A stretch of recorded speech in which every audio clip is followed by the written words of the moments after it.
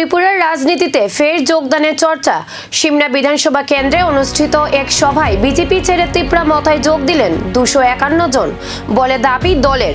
Simna community হলে আয়োজিত এই যোগদান সভায় উপস্থিত ছিলেন মন্ত্রী বৃষকেতু দেববর্মা, রবীন্দ্র দেববর্মা এবং ত্রিপুরা মথার অন্যান্য নেতৃবৃন্দ। দলীয় নেতৃত্ব নবাগতদের হাতে দলীয় পতাকা তুলে দিয়ে আনুষ্ঠানিকভাবে দলে স্বাগত জানান। তাদের দাবি, এই যোগদানের ফলে এলাকায় দলের সাংগঠনিক শক্তি আরও বৃদ্ধি পাবে। সভায় নেতারা মানুষের স্বার্থে কাজ করার অঙ্গীকার পুনর্ব্যক্ত করেন এবং আগামী দিনে সংগঠনকে আরও শক্তিশালী করার বার্তাও দেন।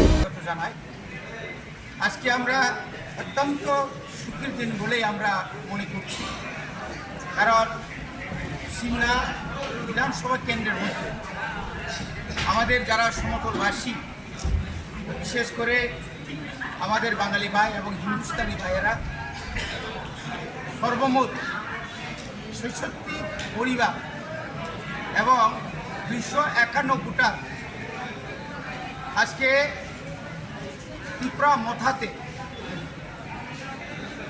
মথাতে তারা যোগদান করেছেন।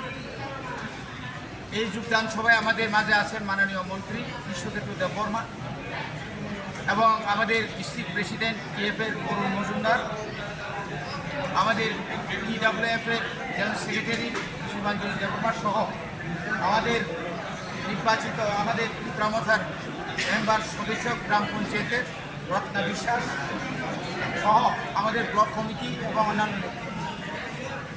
কারণ আপনারা নিশ্চয়ই জানেন, ইদানিংকালে রাজ্যের ধর্মনগর থেকে সাতপুর পর্যন্ত বিভিন্ন এলাকায় বিভিন্ন জেলাতে রাজ্যের শাসক দল, হয়তো আপনারা প্রশ্ন করতে পারেন, আপনারাও তো ওদের সঙ্গে আছেন।